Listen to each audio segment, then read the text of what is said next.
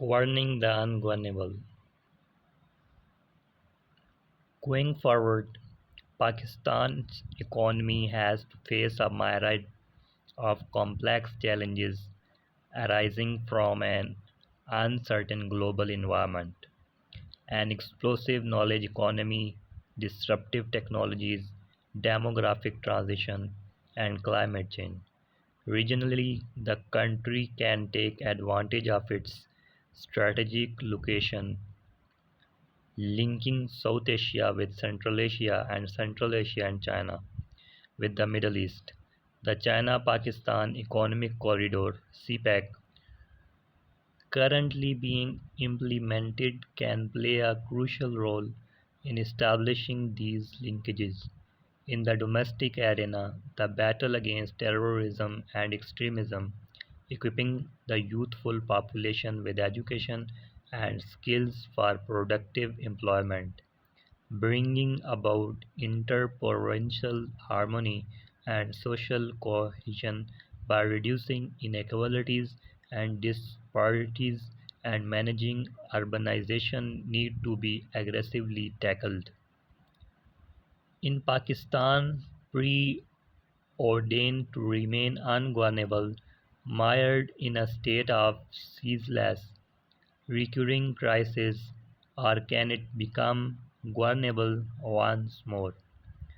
The long-term agenda for economic revival and social change that could help in transforming Pakistan into a governable state derived from the analysis and views solicited for this study is spelled out below and addresses these global, regional, and domestic challenges.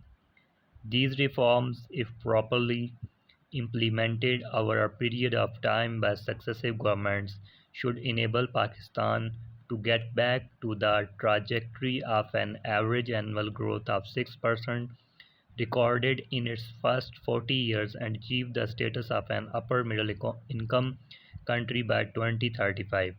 However, the successful execution of this agenda will depend upon the willingness of the ruling party and the opposition to adopt it, and assiduously work to maintain political stability, provide a continuity and consistency of policies, and ensure clarity in their sense of direction.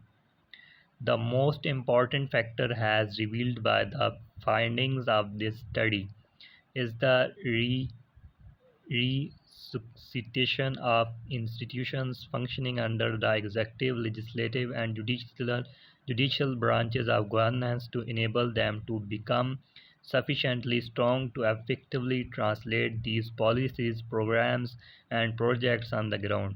By doing so, it is possible to make up for lost time because effective, responsive, and well functioning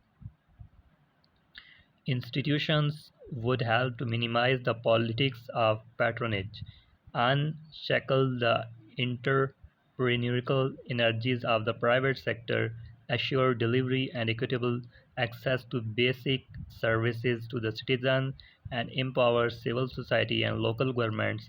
It may be recalled that a study by the World Economic Forum had concluded that a slight improvement in governance results in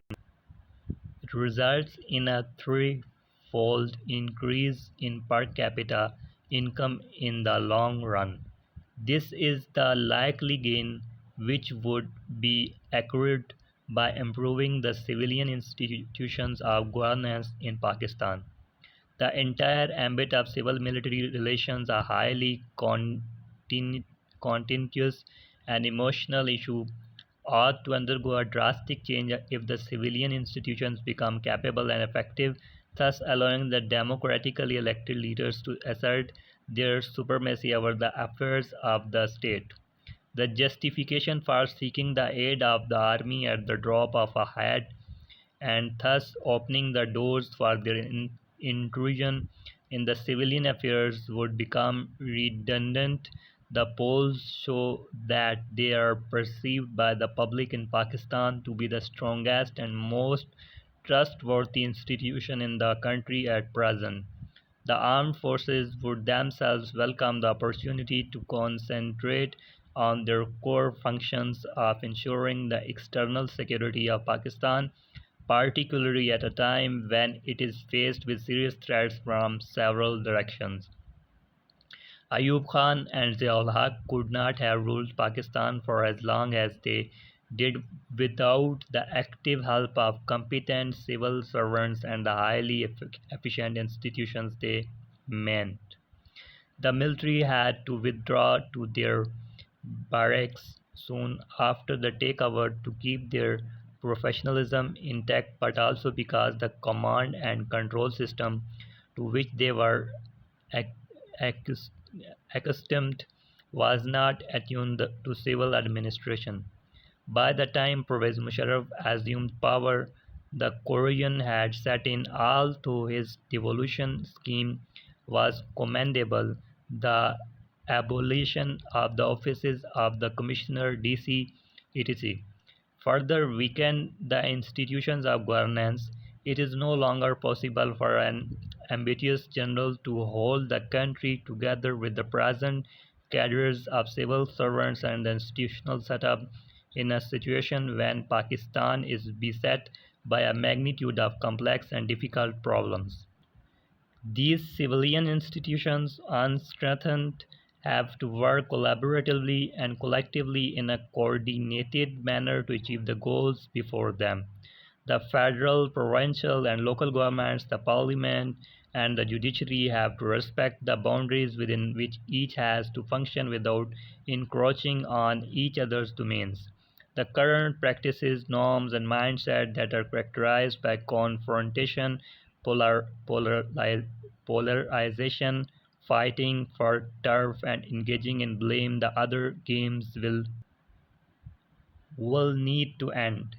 This will indeed be the most challenging undertaking, which will either make or break the economic nervous system and the security backbone of the country. The likelihood of this materializing will only be high when the gap between the institutional capability, including the capacity to adapt and change, and the changing development needs and aspirations of the population can be bridged. It is my contention that the police and law enforcement agencies, if properly recruited, trained, incentivized, and equipped, along with a responsive judiciary, can arrest the inroads of the extremist and jihadist groups and help in implementing in letter and spirit the national action plan that is intended to eliminate these non-state actors. This, along with the delivery of basic services to the ordinary citizens, is the way in which the essential ingredients that have led to the perception of Pakistan as an ungovernable state would slowly and gradually dissipate. The important question that is often asked in Pakistan is who will drive this change agenda. The concluding chapter attempts to address this pertinent question at some length. There is almost a consensus in Pakistan that institutional decay, aggravated over the last 25 years, has been responsible for bad governance, and this malaise has to be fixed. Past experience has vividly demonstrated that sweeping reforms across the board that affect the entire system are neither politically feasible nor economically desirable. Therefore, a second best solution has to be tried that limits the disruption and keeps the political noise and resistance to a minimum. The focus of this volume is therefore to select a small subset of a core of highly vital institutions for reform and restructuring on a priority basis.